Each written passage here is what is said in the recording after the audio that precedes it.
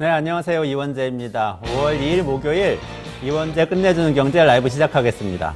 우리나라 정말 재밌는 나라예요. 너무 다이내믹해서 네, 일주일 내내 많은 분들이 낮에는 민희진 대표 이야기하고 밤에는 테슬라 얘기하면서 많은 밤잠을 설치시고 낮에도 너무 즐거우시고 어쩌면 괴로우시고 뭐 그러셨던 것 같아요. 오늘 그 두 가지 이야기 다 할 테니까 끝까지 한번 잘 들어보세요. 자, 제가 잠깐 물가 얘기만 말씀드리고 뒤에 이 하이브하고 테슬라 얘기하겠습니다. 물가가 많이 오르고 있다 이런 얘기 하시잖아요. 근데 물가가 2.9% 작년 같은 달에 비해서 2.9% 올랐다고 통계청에서 오전에 발표했습니다. 깜짝 놀라셨죠? 지금 사과값, 배값이 2배로 올랐는데 무슨 물가가 2%가 올랐다는 건 10,000원 하던 게 1,200원 한다는 얘기인데 말도 안 된다 이렇게 생각하시겠지만 자, 여러분 속지 마셔야 돼요. 제가 요즘 이 문제 때문에 스트레스 많이 받는데요. 민생회복지원금을 전 국민에게 25만 원씩 줘야 된다. 13조 원이 든다. 정부가 지출 늘려야 한다. 내수가 안 좋으니까 늘려야 한다. 이런 얘기 했더니 사람들이 다 물가가 오르는데 무슨 얘기냐. 대파값도 오르고 사과값도 오르는데 라고 얘기하는데 자, 속지 마셔야 돼요. 다 거짓말이에요. 들어보세요. 그 물가하고 이 물가하고 다르다니까요. 자, 여러분들 정부에서 1조 원을 풀면 지출을 늘리면 대파에 얼마나 갈 것 같으세요? 대파 사는데 1,000억 원 갈 것 같으세요? 2,000억 원 갈 것 같으세요? 1,000억 원, 2,000억 원이 가야 대파 가격이 오르죠. 대파 가격하고 물가는 다른 거라고요. 물가는 2.9% 올랐습니다. 농산물하고 석유는 우리가 어떻게 할 수가 없어요. 그러니까 그 두 가지 빼면은 2.3% 올랐어요. 그리고 정부가 돈을 더 풀었을 때 타격을 받는 물가는 그 물가예요. 2.3%. 대파 가격, 사과 가격은 물론 비싸서 고통스럽죠. 내려야죠. 하지만 이게 돈을 푼다고 해서 그 가격이 올라가는 게 아니라고. 그건 대파 가격, 사과 가격이죠. 근데 놀랍게도 전문가들까지 이 이야기를 계속 하시더라고요. 자, 속으시면 안 되고요. 지금 우리 내수 경기 바닥이고 그리고 정부가 지출을 늘려서 경기를 부양을 해야 합니다. 특히 반도체하고 수출이 살아나고 있고 경제 성장률이 높아지고 있는데 내수는 여전히 안 좋잖아요. 자영업자들은 여전히 어렵잖아요. 그럼 정부가 지출을 늘려야 되고 특히 저소득층이 어려우면 복지 재정을 늘려서 돈을 풀어야 합니다. 그리고 그게 물가를 올리지 않아요. 그 물가는 그 물가가 아니고요. 대파 가격, 사과 가격은 다른 거라고요. 대파값, 사과값은 기후변화 때문에 생긴 거니까 기후변화를 잡아야 되고 농업 생산량을 늘리도록 노력을 해야 되는 것이지 돈을 풀고 아니고 이 거시경제정책하고 상관이 있는 물가가 아닙니다. 여러분 속지 마시고요. 속지 마시고 흥분하지 말고 더 재미있는 얘기가 있으니까 오늘 여기까지만 말씀드리고 다시 오늘 방송 소개해드리겠습니다. 오늘 이정원 대표님 나오시는 날인데 하이브 방시혁 그리고 그 어도어의 민희진 이 두 명의 갈등에 대해서 그 이면에 K-팝 자체에 생산 시스템 문제가 있다고 합니다. 이 이야기 경제적으로 푸는 이야기 들어보시고요. 강정수 박사님 나오시는 날이에요. 테슬라의 일론 머스크가 중국 방문해서 자율주행과 관련해서 무슨 약속을 받았는지 하는 궁금증이 막 생기고 있어요. 이 이야기 깊이 있게 풀어드리겠습니다. 1분만 기다리시면 다시 돌아오겠습니다.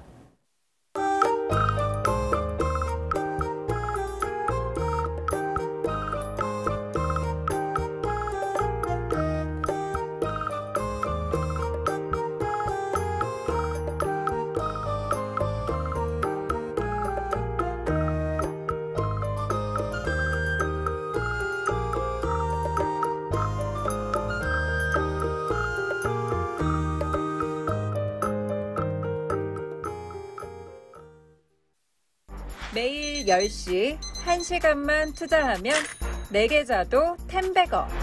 개장하자마자 급등? 따라잡아도 되나? 1분 대기죠. 점상이 답변해줍니다. 바쁜데 특징 중? 언제 공부해? 1시간만 투자하세요. 점상이 정리해줍니다. 단기로 치고 빠질 종목 없나? 매일 오전 10시 점상이 골라줍니다. 매일 오전 10시엔 점상을 잡아라. 유튜브에서 점상 시크릿을 검색하세요.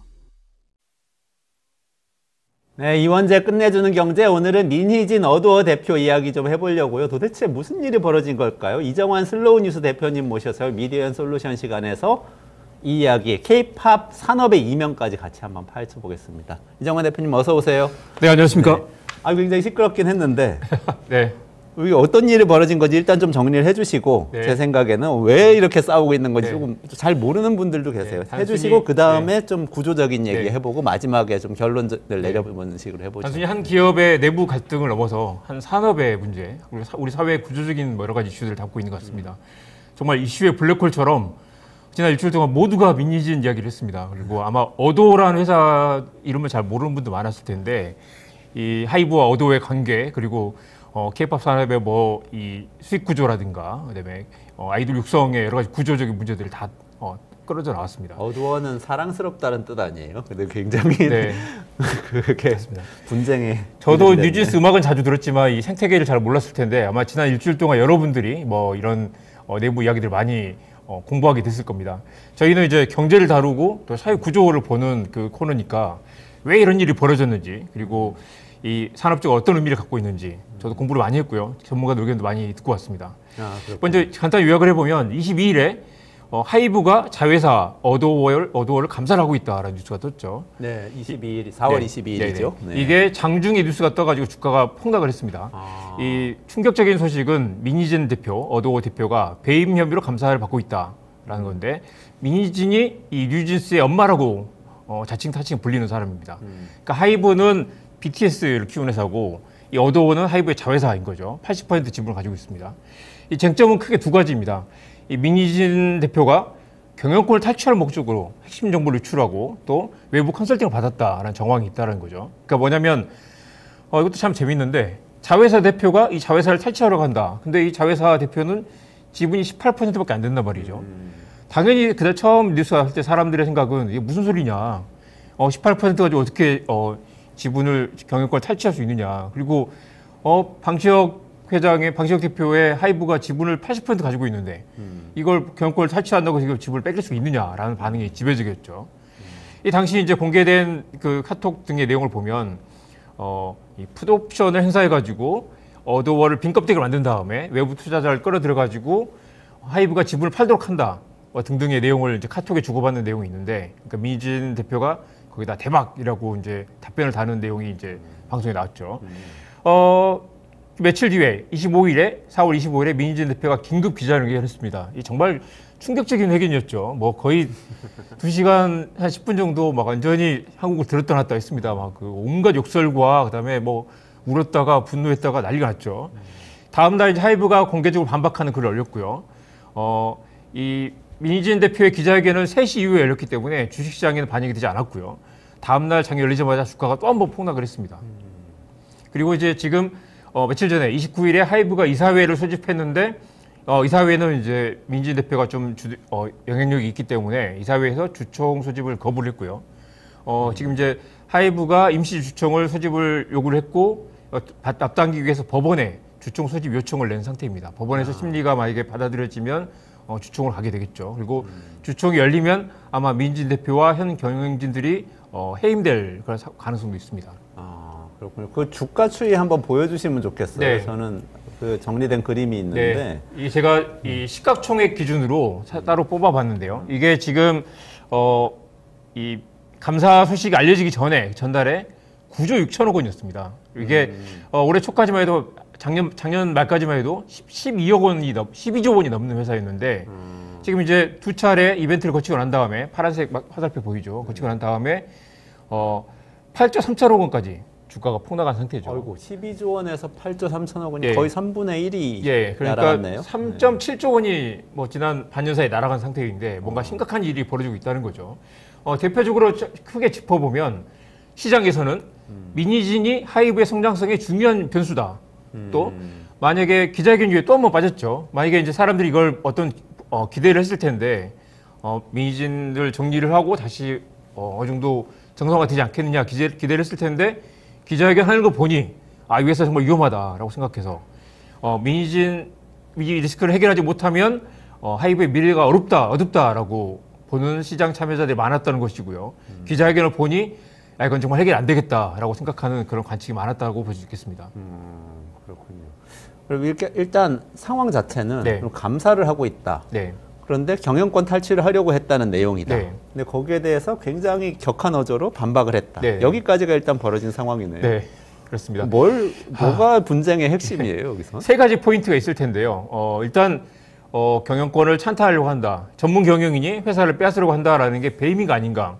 사실은 만약에 주가를 의도적으로 떨어뜨리려고 했다. 회사를 엉망진창 만든 다음에 헐값에 사들이려고 했다라는 계획이 있다면, 그리고 계획을 물론 머릿속으로 생각할 수 있지만 경영진들과 같이 뭔가 추진을 했다면 배임이 될 수 있다는 거죠. 그런데 아까 말씀드린 것처럼 20% 지분 가지고 18%로 과연 경영권을 노릴 수 있는가.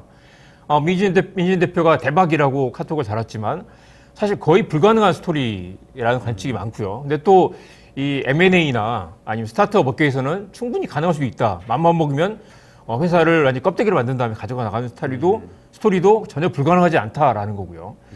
또 하나는 이게 민희진 대표가 혼자 만드는 회사가 아니고 나름 황시혁 대표와 하이브에서 전폭적으로 투자를 해서 한 200억 이상 투자를 해서 회사를 뉴진스라는 새로운 모델을 만들었는데 그걸 과연 민희진 혼자 만들었느냐 이 부분도 사실 엄청나게 논쟁이 많습니다. 사실 민희진 대표의 그 크리에이티브가 강력한 역할을 했다라는 관측도 있고 또 다른 측면에서는 하이브라는 그 시스템이 뒷받침해주지 않으면 민희진 혼자서 이걸 만들 수 있었겠느냐라는 또 반론도 있죠.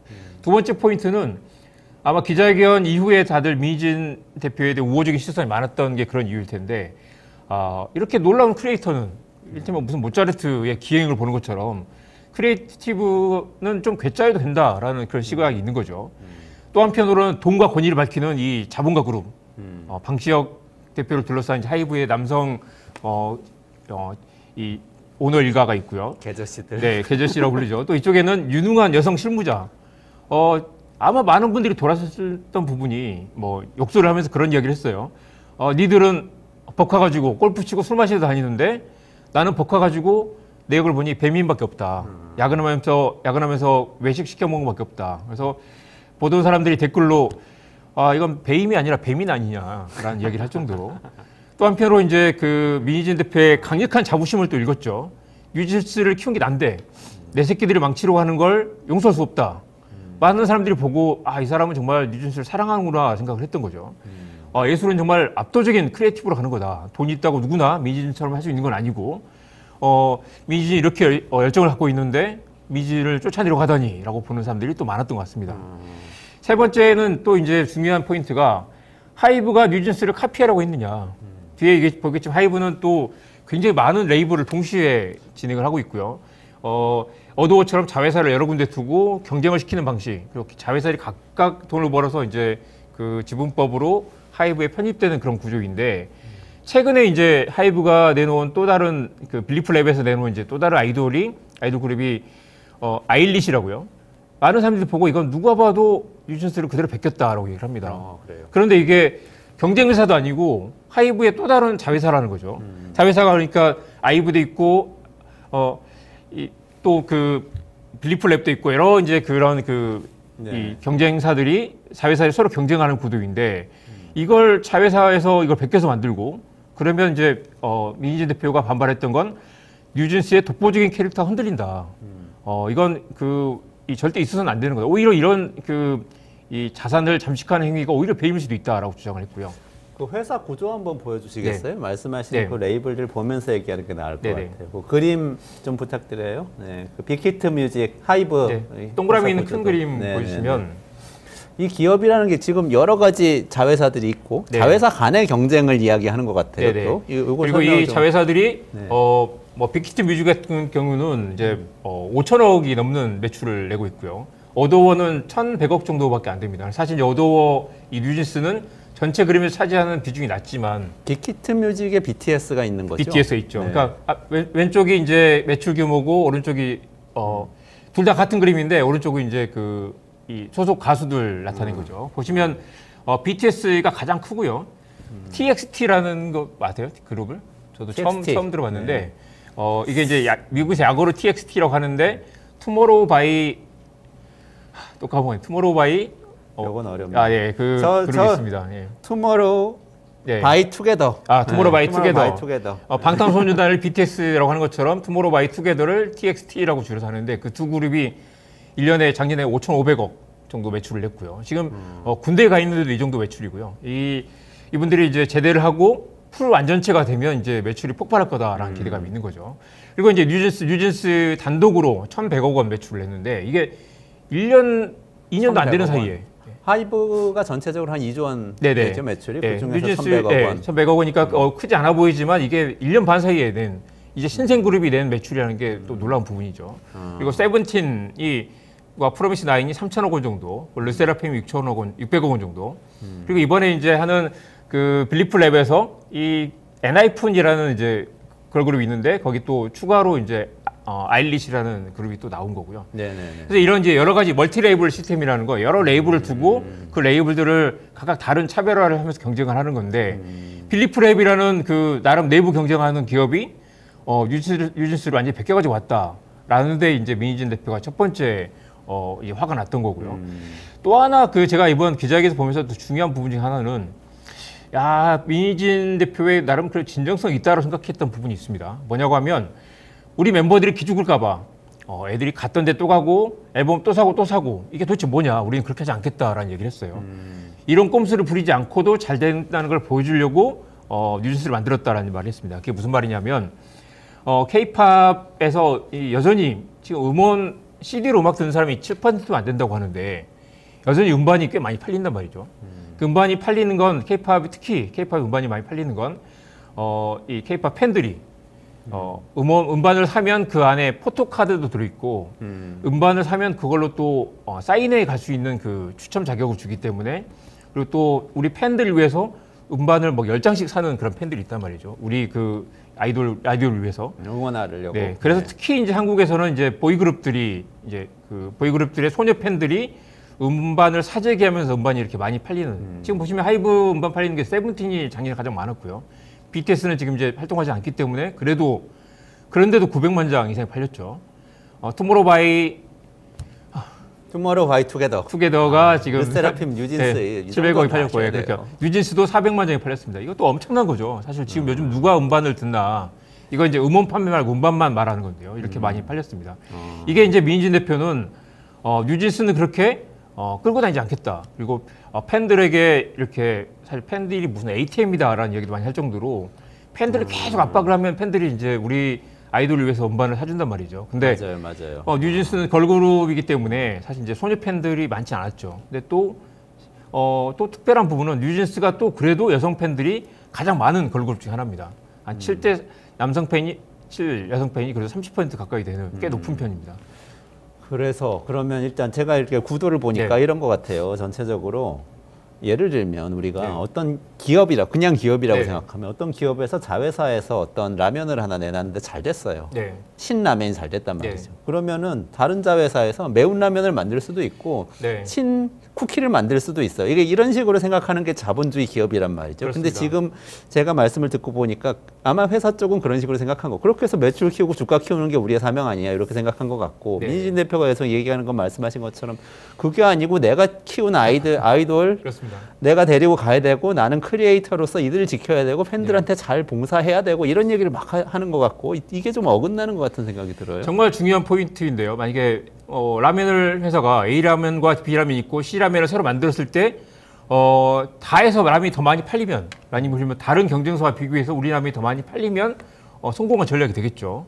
그리고 사실 A라면이 많이 팔린다고 해서 B라면이 적게 팔린다가 둘이 서로 매운 라면과 덜 매운 라면과 아니 뭐 해물 라면과 무슨 다른 라면에 차별화를 주실 텐데 이 경우는 아일리시 크면은 뉴진스의 독보적인 그 컨셉이 무너진다거나 아니면 그 지금 뉴진스는 한참 2년이 채 안 된 그 걸그룹으로 한창 성장해야 되고 새로운 앨범을 준비하고 있는데 뉴진스의 그 차별성을 무너뜨리게 되면 이 자산 자체가 엄청나게 훼손될 수 있다고 보는 거죠. 그리고 이 크리에이티브를 지키고 보존해야 될 그 그룹 차원에서 크리에이티브를 무너뜨리는 결국 누구나 베꼈을 수 있는 그런 걸그룹 그리고 차별성을 무너뜨리면 이게 얼마나 큰 손실이 되겠느냐라는 데서 반발하고 있는 것 같습니다. 그래서 이제 라면에서와 다르다는 거죠. 독보적인 크리에이티브를 경쟁사도 아니고 내부에서 그렇게 무너뜨리는 게 과연 옳은가. 근데 말씀하신 대로 하이브의 태생적인 숙명은 여러 가지 그 레이블을 모두 성공시켜야 되는 포트폴리오를 다양하게 가져가면서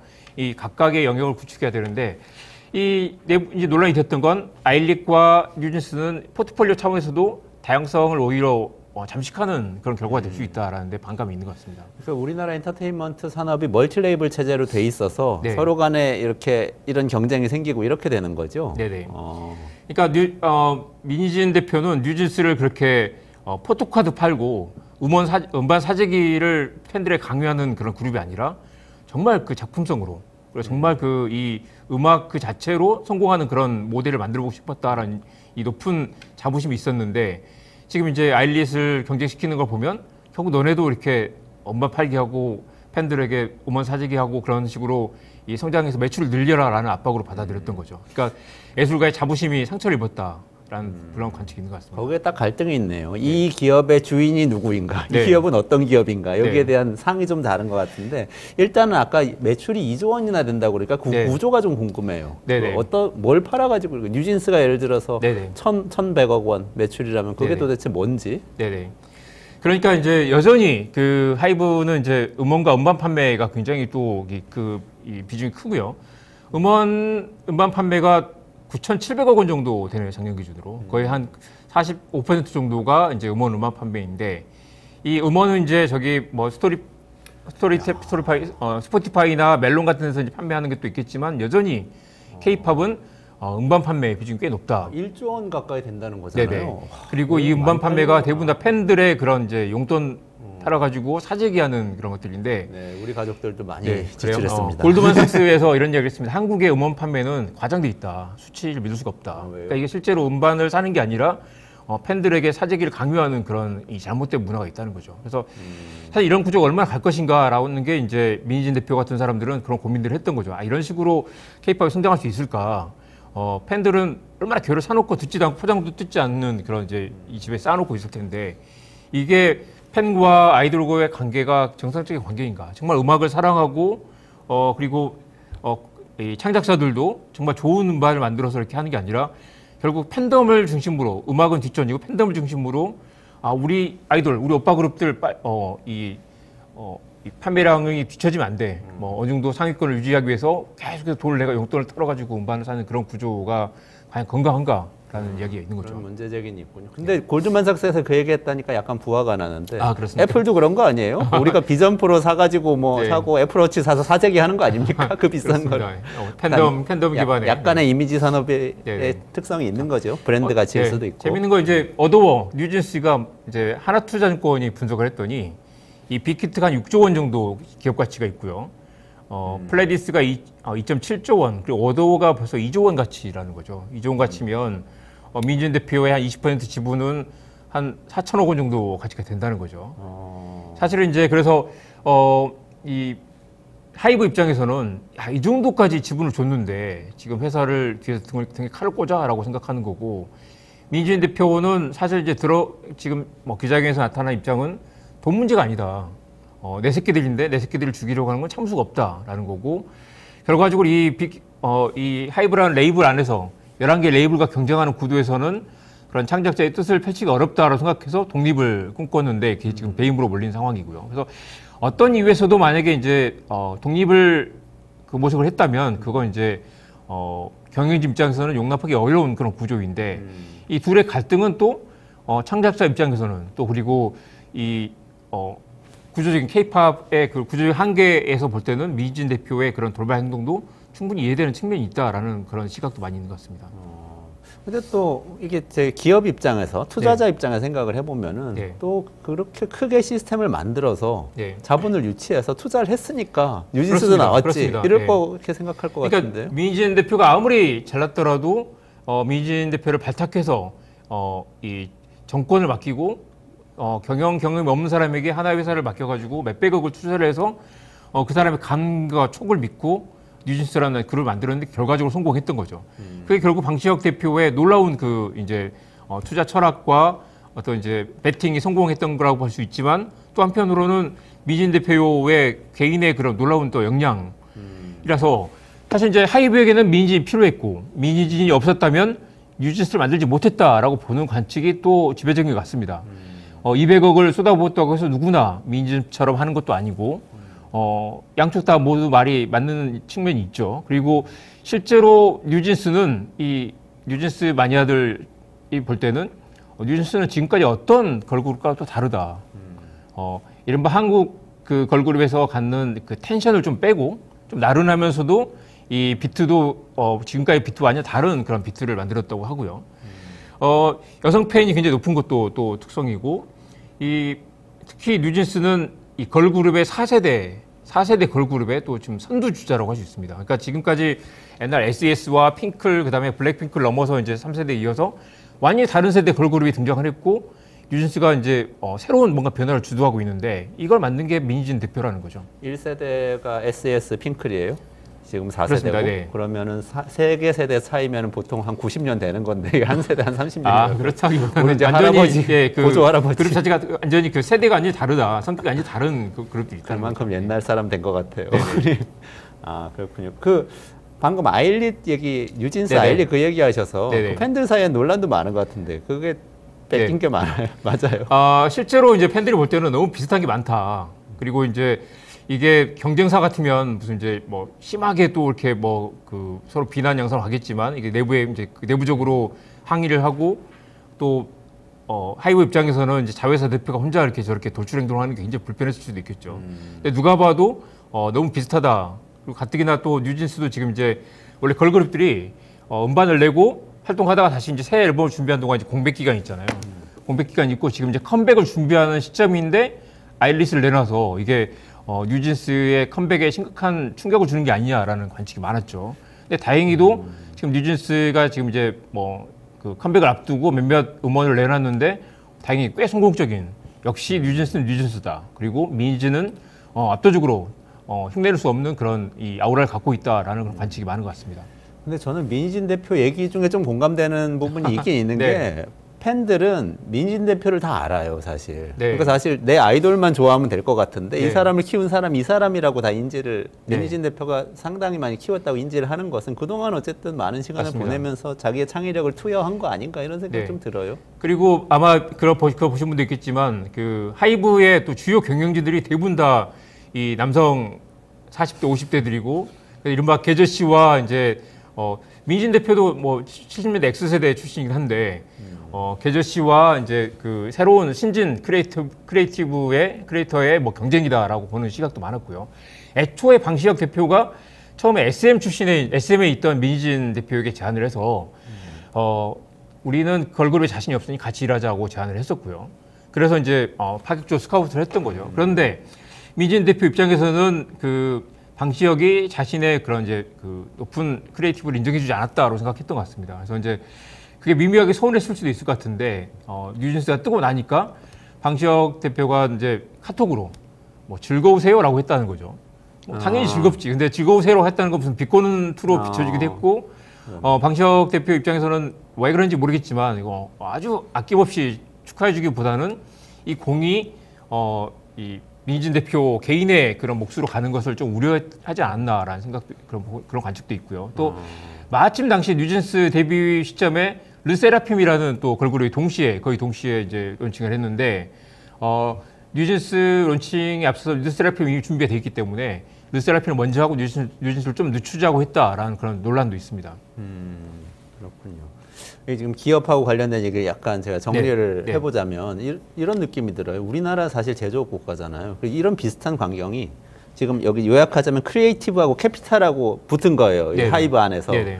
크리에이티브 쪽이 지금 뭐 치고 나왔는데 뭔가 좀 불리한 상황인 것 같고. 그렇습니다. 근데 네. 다른 기업에서도 사실 우리나라 제조업 국가이기 때문에 공장하고 네. 이쪽 그 재무 쪽하고 엄청 싸워요. 네네. 재무 쪽에서는 자본 투자 받아가지고 비용 낮춰서 빨리 이익 내서 상장하고 그 다음에 쭉 주가 올리면서 주주들한테 호소하면서 가야 된다고 주장하는 반면에 공장에서는 무슨 소리냐, 우리는 좋은 제품을 만들어야지 하면서 비용을 계속 쓰는 것처럼 보인단 말이에요. 재무 쪽에서 보면. 네네. 이 갈등하고 좀 닮은 데가 있는 그런 것 것 같습니다.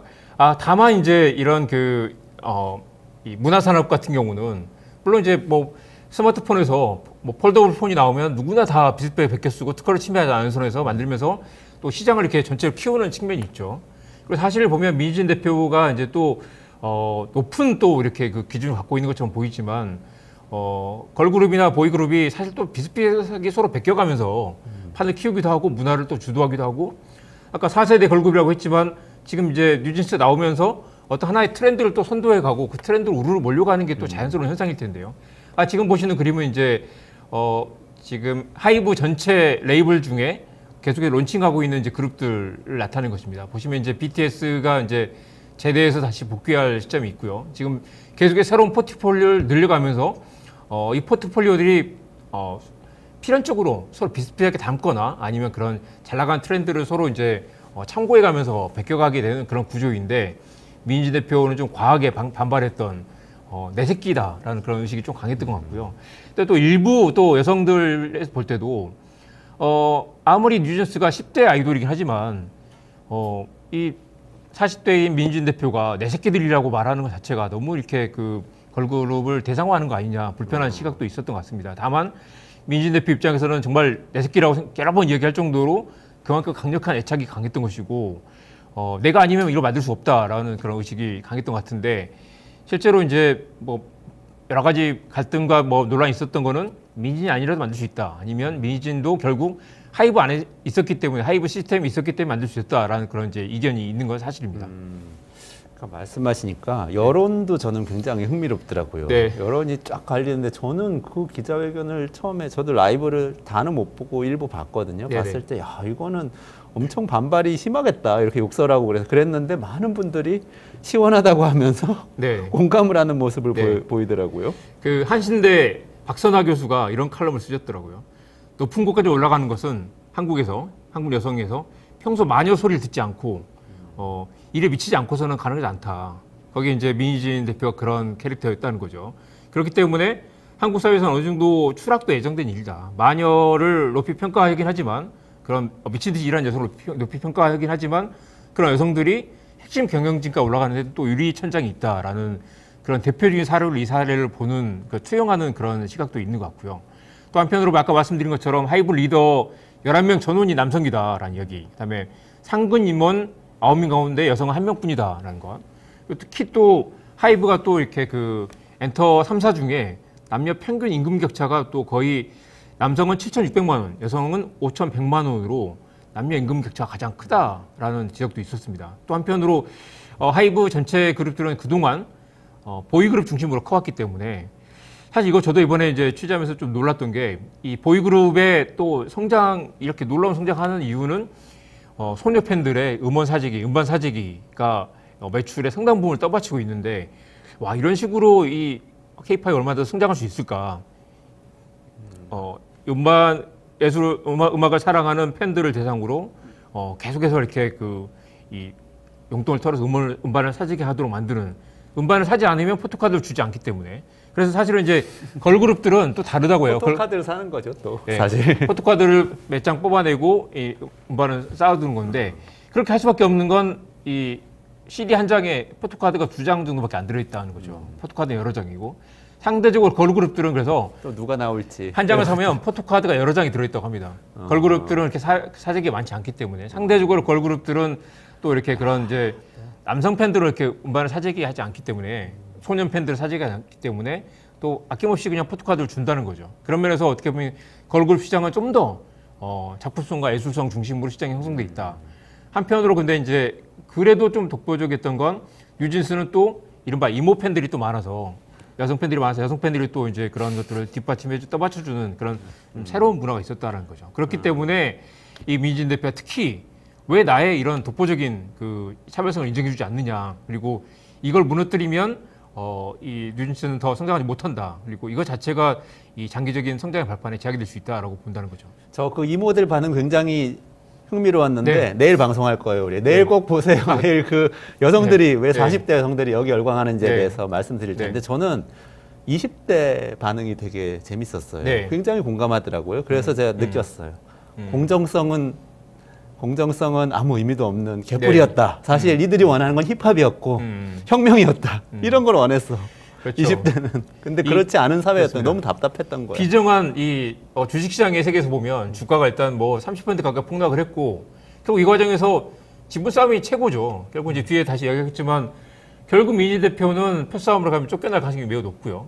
그리고 아마 지금 하이브의 전체적 분위기로 봤을 때는 네가 아무리 잘나도 지분도 없으면서 이렇게 충성하지 않는다. 아니면 경영의 최종 판단은 결국 그 주주가 임명한 절대 주주가 임명한 이제 경영자들이 하게 될 텐데 경영자가 주주에 충성하지 않을 경우 아마도 쫓겨나는 그런 그 가장 최악의 상황으로 가지 않을까라는 생각이 말씀 듭니다. 나오셨으니까 네. 지금 시간도 거의 다 돼서요. 네네. 앞으로 어떻게 이게 전개될지 좀 전망을 네. 해주시면 좋겠네요.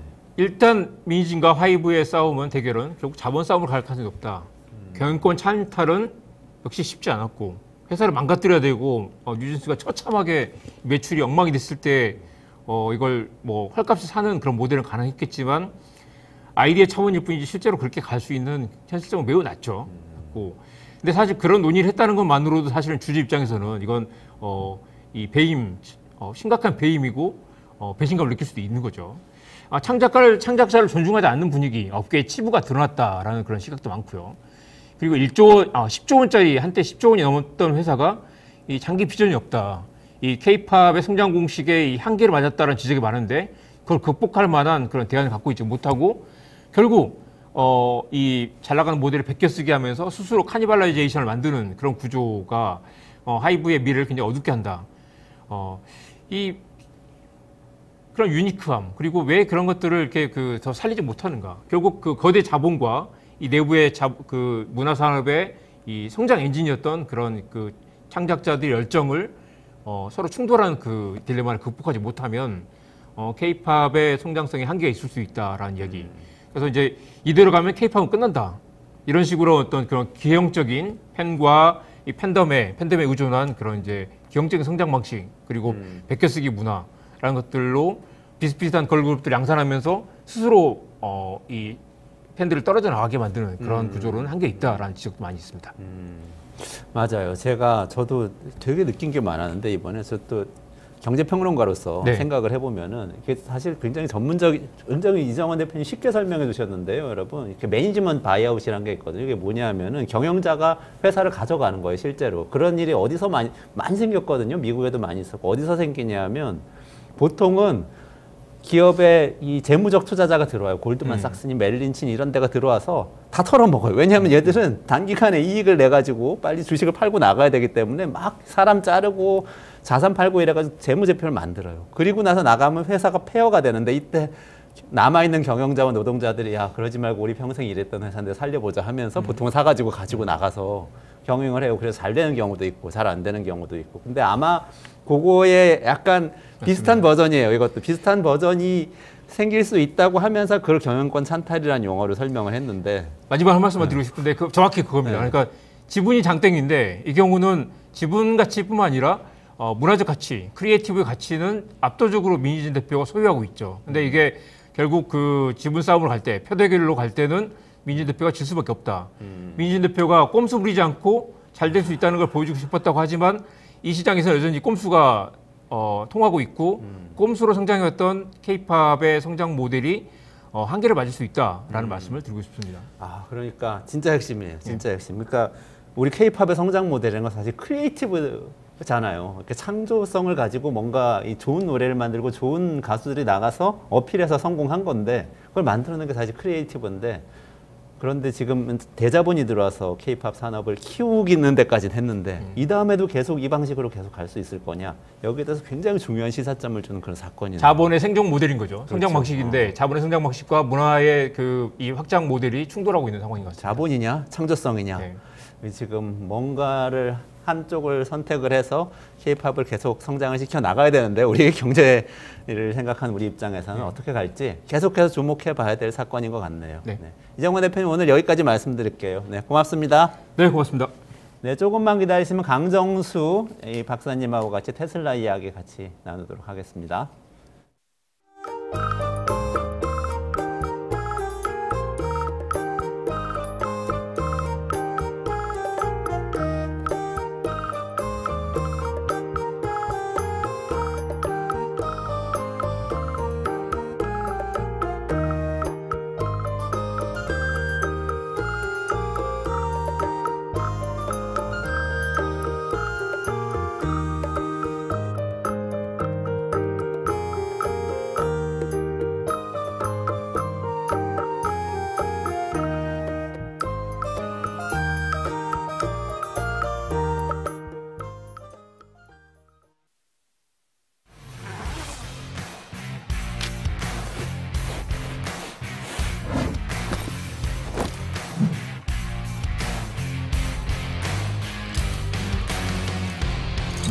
평가 방법이 사용되고 있어요. 다 들어봤죠, 이거? 이건 기본이잖아. 이거 모르는 사람 있어? 자, PAR 뭐야? 따는 거. 그치, 그게 주당 시정.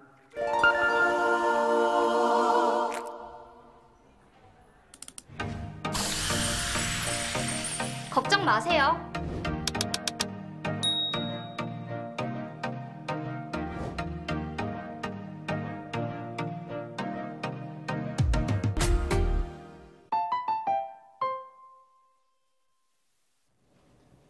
아, 네, 무명님 또 오셨네요. 감사합니다. 그럴까요? 다 죽어가던 음반 시장을 지금 케이팝이 살렸어요. 참 놀랍죠, 이것도. 아날로그 시장인데. 그리고, 맞아요. 라이프 고조님, 미국도 끼워 팔기 하고 다 하죠. 브랜드 가치 가지고 뭐 팔아먹기도 하고. 어느 정도 하냐? 뭐 이 문제겠죠. 네, 이원재 끝내주는 경제. 오늘은 AI 시대 시간입니다. 강정수 박사님 모시고요. 테슬라의 자율주행 이야기 들어보도록 하겠습니다. 강 박사님 안녕하세요. 안녕하세요. 네. 오늘 또 최근에 테슬라가 굉장히 또 화제인데 네, 일론 네. 머스크가 중국 가가지고 자율주행 앞당기는 거 아니냐 이런 전망도 나오면서 주가도 급등락하고요. 네, 그런 네, 상황이네요. 네. 좀 네, 설명해 주시죠. 어떤 상황인지. 우선 4월 23일 날 그 테슬라의 1분기 실적 발표가 있었고 그때 Q&A 시간에 투자자들 질문을 했어요. 다른 기업과의 FSD, 자율주행 서비스의 이름이 테슬라는 FSD죠. FSD의 라이센싱 문제가 어떻게 되고 있느냐, 그리고 다른 나라에서의 규제 문제는 어떻게 해결하고 있느냐 그랬더니 규제 문제 해결하기 위해서 대단히 집중적으로 일을 하고 있다, 테슬라가. 그리고 여기에는 중국도 포함된다라는 말을 했어요. 그리고 나서 일주일도 되지 않아서 일론 머스크가 중국을 방문을 하게 된 거죠. 그래서 중국의 이제 총리하고도 만나게 되고, 그 다음에 그러니까 즉 이미 설마 이틀 전에 연락 와가지고 중국까지는 안 왔을 테니까 그렇죠. 이미 이제 중국에 간다라는 얘기는 들었었고, 중국에 일론 머스크가 직접 간다라는 것은 무언가 긍정적인 신호가 있기 때문에 간다는 거였고, 이번에 가서 이제 허가를 받았던 것은 뭐냐면 사실은 FSD가 허가를 받은 건 아니고 몇 가지 그 데이터 안전 규칙의 이 부분이 있는데 여기에서 4가지 조항의 전제 조건을 가지고서 통과가 된 거예요.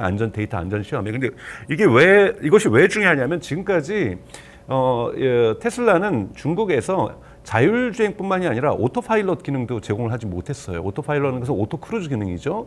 왜냐하면 공항 근처를 가면 그걸 꺼야 되고, 그러니까 국가 안보 시설이 있다거나 또는 군부대 근처를 지나가면 꺼야 되고, 근데 뭐 중국의 군부대 시설이 한두 개 있는 것도 아니고, 그러니까 곳곳에 있다 보니까 사람들이 제대로 된 오토파일럿 기능도 쓰지를 못했다라는 건데, 뭐 중국에 있는 비아디라든지 다른 기업들은 다 그걸 쓰고 있었다라는 거죠. 그러다 보니까 사람들이 껍데기는 전기 자동차지만 안에서의 즐길 수 있는 부분에서 확실하게 차이가 나니까 테슬라에 대한 매력도가 많이 떨어져 있었던 상태거든요. 그러다 보니까 요번 시험을 통과하게 되면은 최소한 FSD는 따로 허가를 받아야 됩니다. 자, FSD는 따로 허가를 받아야 되는데 이 문제가 해소됐기 때문에 우선 오토파일럿을 할 수가 있는 거고요. 그걸 위해서 이제 오토파일럿과 그리고 FSD로 가기 위한 징검다리를 위해서 지도 서비스 부분에서 중국에서 지도 내비게이션 서비스 지금 1, 2위를 다투고 있는 바이두하고 협력을 하기로 했어요. 네네. 이것이 어떤 의미를 갖느냐 하면 여러분 꽤 오래 전 일인데요. 한 4, 5년 됐을까요? 구글이 이제 한국에서 구글 지도를 서비스하겠다. 네네네. 그랬더니 지금 한국에서 구글 지도가 제대로 된 서비스를 못 합니다. 이유가 뭐냐면 우리 정부에서 그러면은 서버를 한국에 둬라. 이 데이터를 갖다가 한국에 둬야만, 왜냐하면 우리는 이제 군사시설도 있고 남북 간에 아직까지는 대립 관계가 있다 보니 중요한 군사 정보나 있는데 이것을 한국에 있지 않는 서버에 있을 경우에 이것이 만약에 해킹당하거나 뭐 국내에 있으나 저는 외국에 있으나 해킹당하는 이유가 그렇게 차별이 되는지는 잘 모르겠지만 우선은 이제 그런 이유를 들어서 구글 지도 서비스를 한국 정부가 불허했거든요, 사실은요. 그러니까 실시간 정보를 가져오는 것, 이런 것들에 대해서. 마찬가지로 중국 정부도 그러한 데이터 안보 이런 문제 때문에 물론 개인정보도 포함하여서 거절했었는데, 그래서 지금 테슬라는 어떻게 했냐면 중국에서 수집된 데이터는 다 중국을 벗어나지 않고 상하이에 있는 기가팩토리에 서버를 설치해서 여기다만 저장을 하는. 그래서 이거를 수시로 중국 당국에서 감시할 수 있고 검토할 수 있게끔 이렇게 제도적으로. 그리고 이제 지도 서비스는 테슬라 자체 서비스가 아니라 중국의 바이두 서비스를 사용하는 이런 식으로 이제 우호적인 걸 풀어놨다라는 것은 이제 FSD를 허가를 신청을 아직은 안 했으니까요. 네네네. 허가를 신청하면은 허가를 받을 수 있는 대단히 높은 수준까지 가 있다고 볼 수 있죠. 왜냐하면 기초적인 데이터 보안과 안보의 문제가 해결됐으니까요. 지금 그 일단 FSD하고 아까 오토파일럿도 말씀해 주셨는데 자율주행 단계를 보면은 이게 어느 정도에 다들 있는 기술들인가요? 그러니까 이 오토파일럿은 사실은 자율주행이라고도 얘기할 수가 없습니다. 여러분들 오토크루즈라고 해서 요즘 한국의 현대차나 기아차에도 다 있는 기능이죠. 고속도로 달리실 때 앞차의 거리를 200m로 두고서 이걸 가지고 가게 되면은 핸들을 반드시 잡고 있어야 됩니다. 반드시 잡고 있어야 돼서 이 거리를 속도를 얘가 유지해주는 요 정도 기능인 거거든요. 또는 차선을 변경해준다든지 하나 정도는 요 정도를 해주는 거고요. 자율주행이라는 건 감독하에서 자율주행, FSD는 슈퍼바이즈라는 영어 표현을 쓰는데 그건 뭐냐면 인간이 눈으로 항상 핸들을 보고 있어야 돼요. 하지만 핸들에서 손을 떼도 됩니다. 아, 떼도 되고. 네, 떼도 되는 거기 때문에 이 차이가 대단히 크다고 볼 수가 있고 테슬라의 오토파일럿이 예를 들면 정부 당국에서 규제를 많이 받고 있어요. 문제가 있다. 문제가 있는 게 뭐냐면 기능상의 문제가 아니라 자꾸 사람들이 손을 뗀다라는 거예요. 손을 떼면은 손을 떼는 걸 사실은 감지할 수 있거든요. 감지를 해서 경고등을 막 울려주고 너 손 떼지 마 빨리 잡아 이렇게 해줘야 되는데 이 부분이 약하기 때문에 사람들이 오토파일럿을 자꾸 FSD라고 착각을 해서 손을 놓고 운전하는 경향이 있어서 사고가 발생한다 이런 문제거든요. 그래서 여러분들은 오토파일럿과 FSD는 완전히 질적으로 다른 차원에 있다. 지금 FSD는 손을 놓고도 운전을 할 수 있다. 그리고 이것은 지금 현재로서는 북미 지역, 미국하고 캐나다에만 허가가 되어 있는 상태입니다.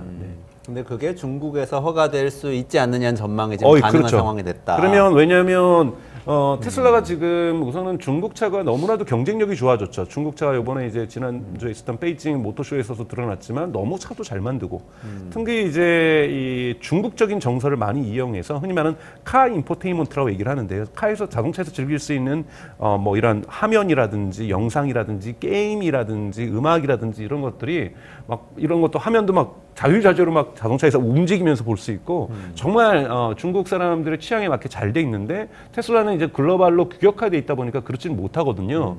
그런데 오토파일럿 기능도 제대로 안 돼요. 그러면 사람들이 뭐 전기차인데 비싸기만 하고 뭐 줄 수 있는 보통 우리 테슬라를 타면 가장 그래도 좋은 것은 이 소프트웨어의 강력한 파워거든요.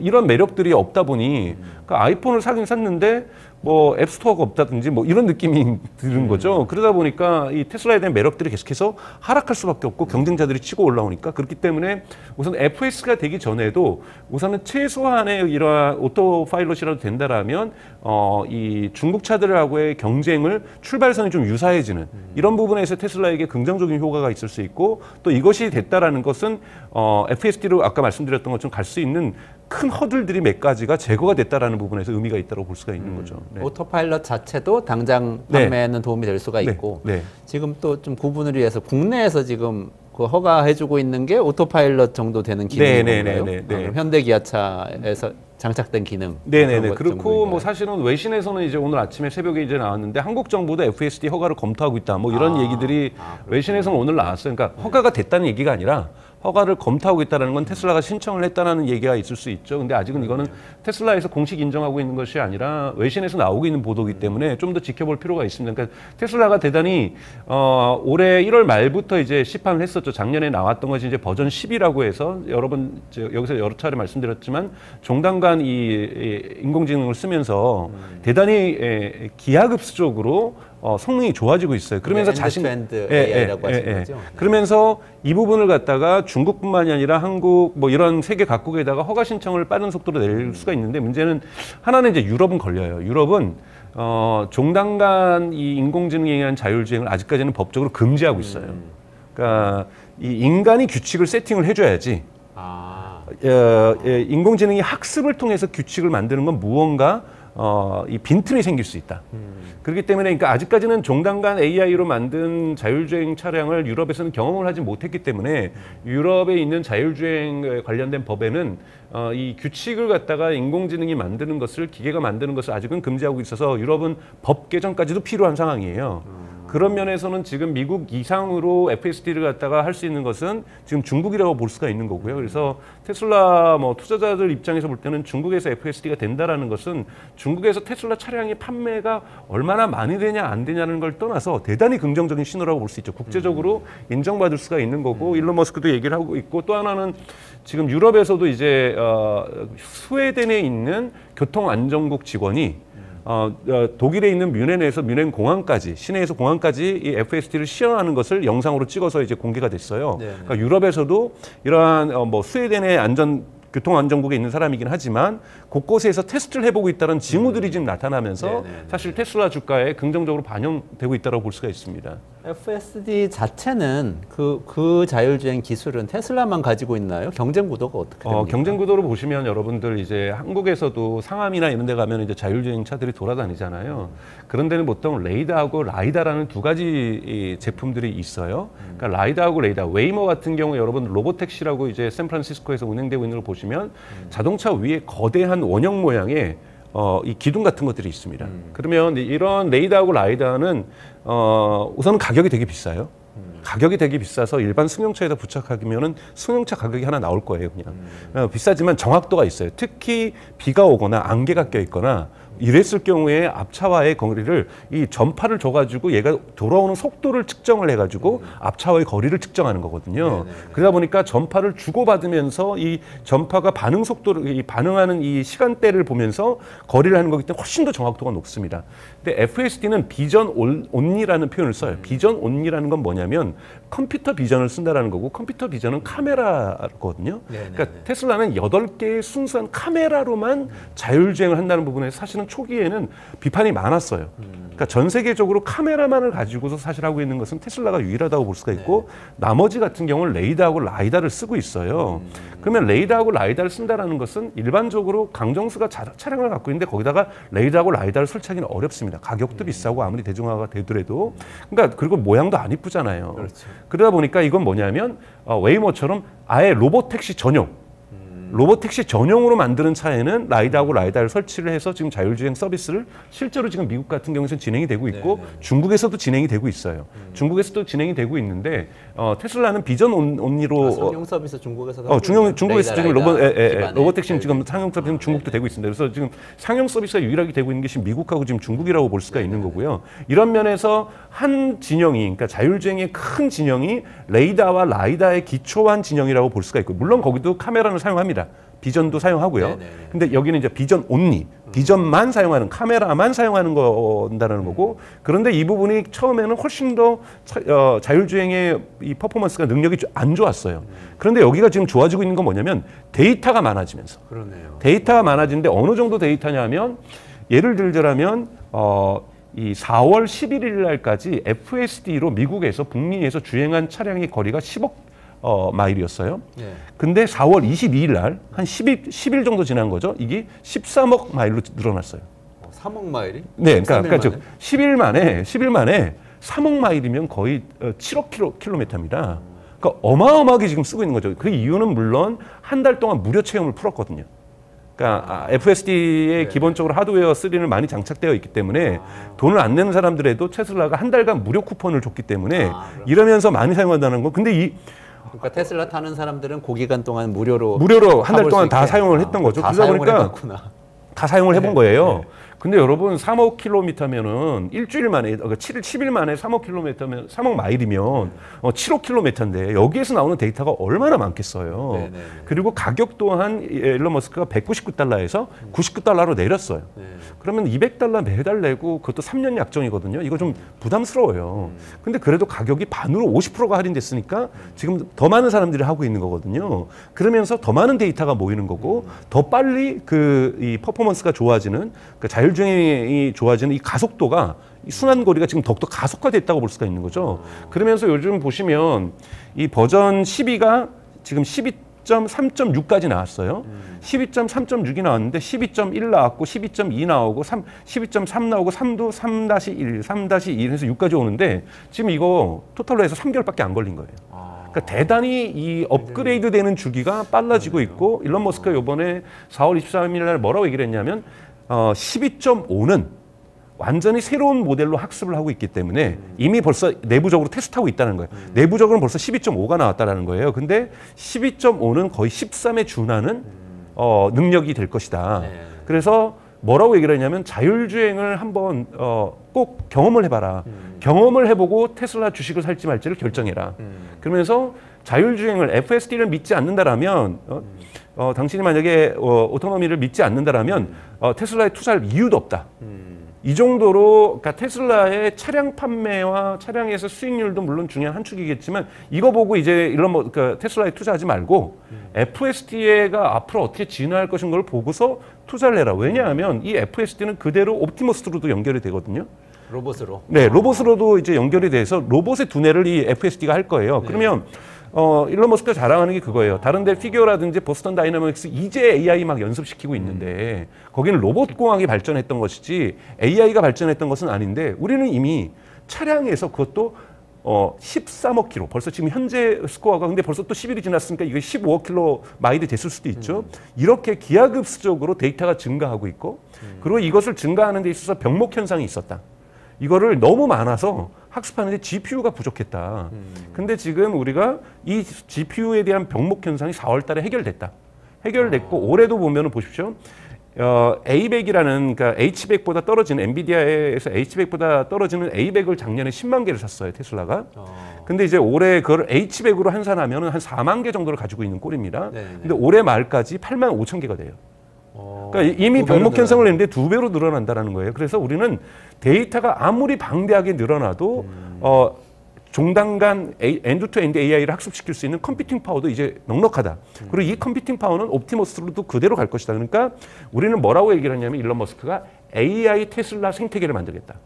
그러니까 우리가 진정한 AI의 기업이고 우리가 진정한 AI의 승자다. 이런 식으로 사실은 4월 23일 날 얘기를 하면서 이런 이야기는 물론 그전에도 FSD라든지 자율주행이라든지 이런 건 일론 머스크가 너무나도 많은 말을 했어요. 지키지 못할 약속도 했거든요. 자율주행 시대가 내년에는 반드시 올 거다. 뭐 이런 약속도 못 했지만 그 어록도 막 남아있고. 네, 말이 남아있고 많은 오류들도 있었지만은 이렇게 테슬라의 무게중심을 전기차 회사에서 AI 테슬라 생태계라고 하는 이런 단어까지 써가면서 완전히 이동시킨 건 이번 4월 23일 날 있었던 1분기 실적 발표가 처음이에요. 여기에 대해서 이제 투자자들이 앞으로 어떻게 볼 것인가 하면 이제 8월 8일 날 같은 경우에 이제 로보택시가 컨셉트카가 일종의 나오는 거거든요. 그러니까 이러한 굵직굵직한 계기가 있는 거고 중국에서 만약에 FSD가 뭐 통과가 된다 이런 소식이 진짜 공식적으로 들리게 되면 대단히 많이 주가가 상승할 수 있고 뭐 이런 일들이 벌어질 수도 있다고 봅니다. 지금 조금 기술적으로 제가 제대로 이해했는지 좀 봐주세요. 네. 그 종단 간 AI라는 게 예컨대 이전에는 자동차들이 자율주행차 간다고 할 때 라이다, 레이더처럼 이렇게 센서를 좋은 걸 달아가지고 잘 파악해서 그 자동차가 잘 가도록 거기에도 AI가 있는 거죠. AI가 있지만 그 자동차 자체가 좀 센싱을 정보를 잘 수집하는 데 초점을 뒀다면 테슬라는 그냥 지금 있는 카메라 가지고 하는데 데이터를 많이 모아가지고 챗GPT 하는 것처럼 학습을 시켜서 좋은 큰 두뇌를 만들자. 중앙에 있는 두뇌에서 다 잘 주행하도록 만들자 해서 굉장히 싸게 내놓고 그게 지금 FSD의 요체다. 이렇게 이해할 수 그렇게 있는 할 수 있습니다. 예를 들면 아까 말씀드렸던 비전 온리라고 해서 카메라가 있는데 이 비전이라는 것이 AI예요. 컴퓨터 비전. 그러니까 이 센싱도 AI가 쓰였는데 그래서 제가 엔드 투 엔드라고 그랬잖아요. 한쪽에 엔드에 있는 센싱은 이 전통적인 기계학습이라고 하는 비전이라고 하는 AI가 쓰이고 있었어요. 근데 이것만 쓰이고 있었고 여기에는 AI가 없고 인간이 다 코딩한 거였는데 우리는 데이터가 많으니까 흔히 말하는 이거를 신경망으로 만들겠다.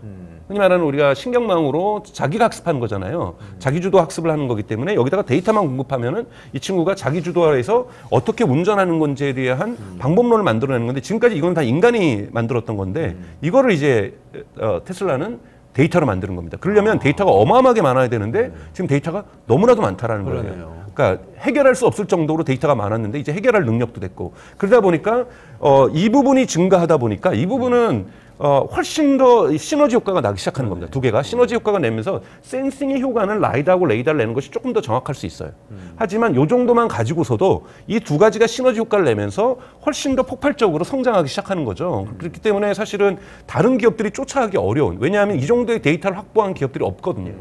이런 문제에서 테슬라가 한 발짝 더 자율주행에 앞서 있다고 볼 수가 있고 이러한 방법론의 어떤 전환들이 이렇게 제가 과거에도 한번 얘기했지만 기술의 S커브라고 하는 거는 처음에는 점점적으로 하다가 느리게 가다가 어느 순간 확 뛰는데 결국은 또 한계를 마주치게 돼 있거든요. 그러면 새로운 S커브를 만들어줘야 되거든요. 이 새로운 S커브가 바로 엔드-투-엔드 AI 버전 10이라고 볼 수 있죠. 그러면은 전체적으로 볼 때는 확실하게 길게 성장했다고 볼 수가 있는 거죠.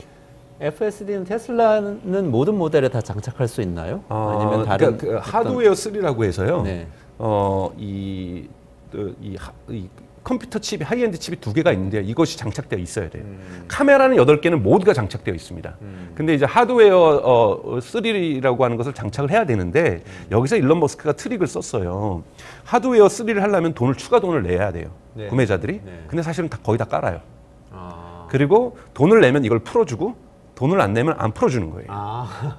넣어놓고. 네, 그러니까 하드웨어 3, 나 자율주행 안 했다가 FSD 안 했다가 FSD 하러 갈래 그러면은 굳이 정비소 가가지고 FSD 장착할 이유가 없는 거죠. 이미 다 돼 있으니까 소프트웨어를 업데이트할 돈 지불하면은 딱 열어주는. 하드웨어를 미리 넣어놨다는 그렇죠. 거죠. 네. 어떻게 보면 투자를 해놓은 거네요. 그렇죠. 이런 투자를 다 해놨다라는 거죠. 그렇기 때문에 이런 부분에서 좀 규모형 경제를 이뤄냈고 이제 하드웨어 3에서 하드웨어 4로 넘어갔습니다. 훨씬 더 하이엔드 칩이 좋아졌고 하드웨어 4로의 전환이 올해 4월 달에 끝났습니다.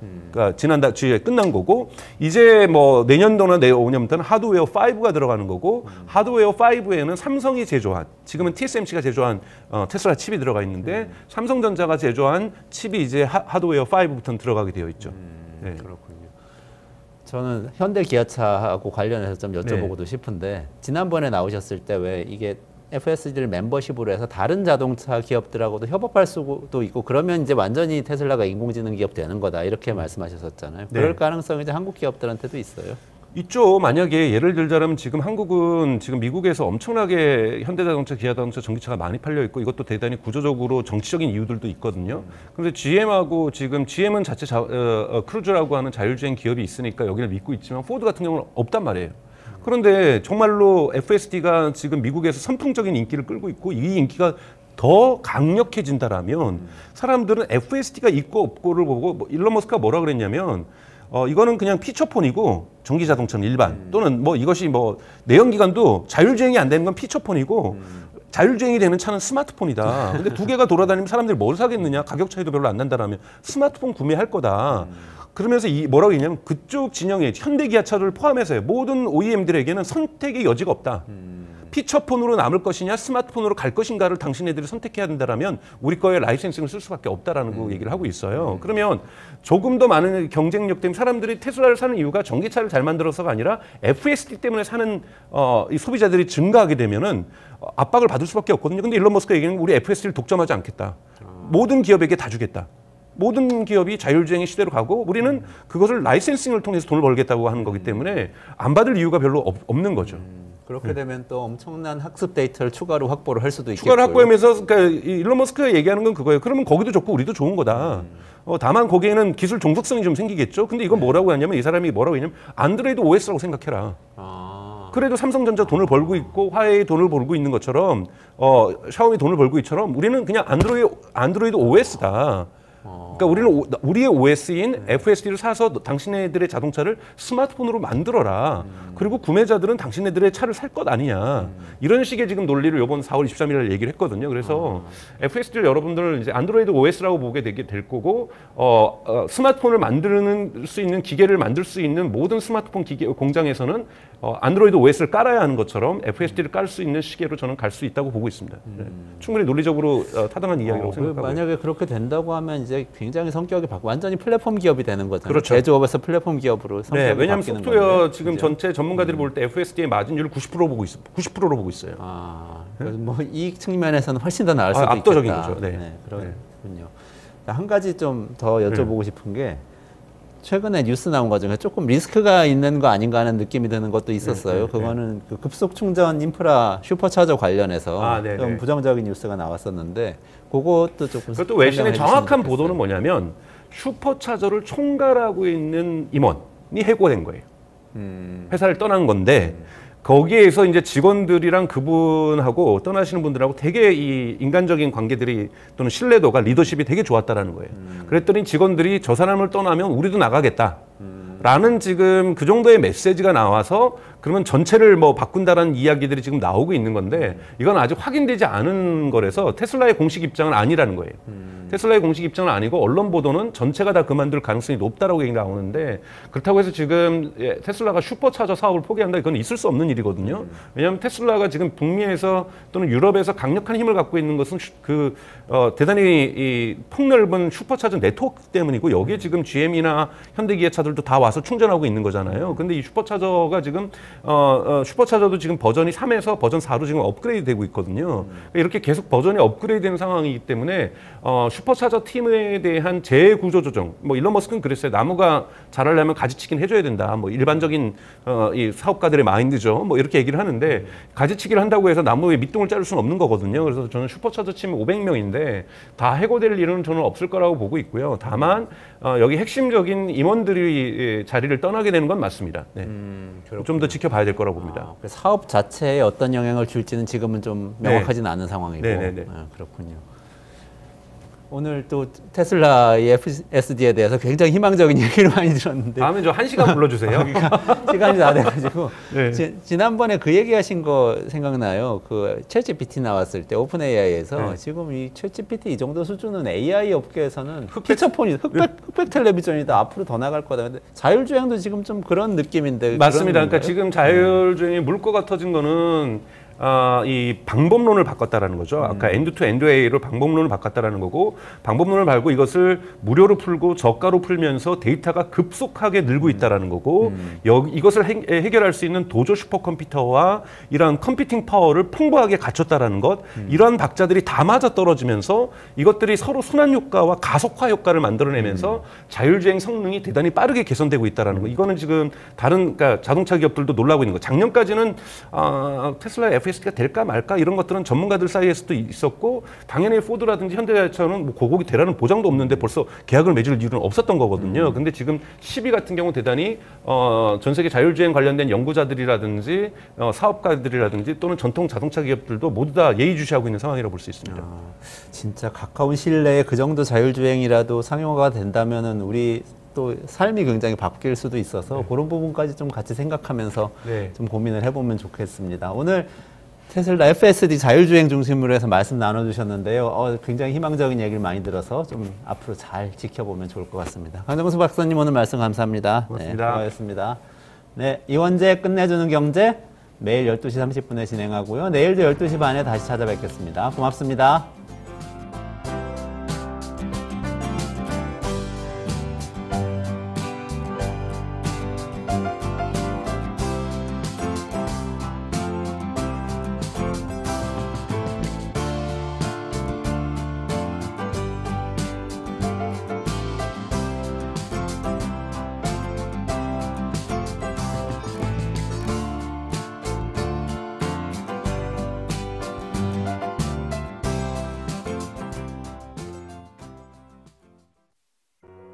우리 아이 재단에서 뜻을 함께할 정기 후원자분들을 기다립니다. 우리 아이 재단은 한반도 어린이를 위한 재단입니다. 배고픈 어린이들에게 영양 가득한 국수를 보내고 영유아 자폐 조기검사 지원, 베이비박스의 이유식 정기 배달, 중증장애 미취학 아동들을 지원하고 있습니다. 따뜻한 손길을 이어주는 분들께 우리 아이 팔찌와 감사 선물을 드립니다. 지속적인 지원을 통해 더 많은 어린이들에게 도움을 줄 수 있도록 정기 후원자가 되어주세요. 후원 문의 02-2128-3344, 2128-3344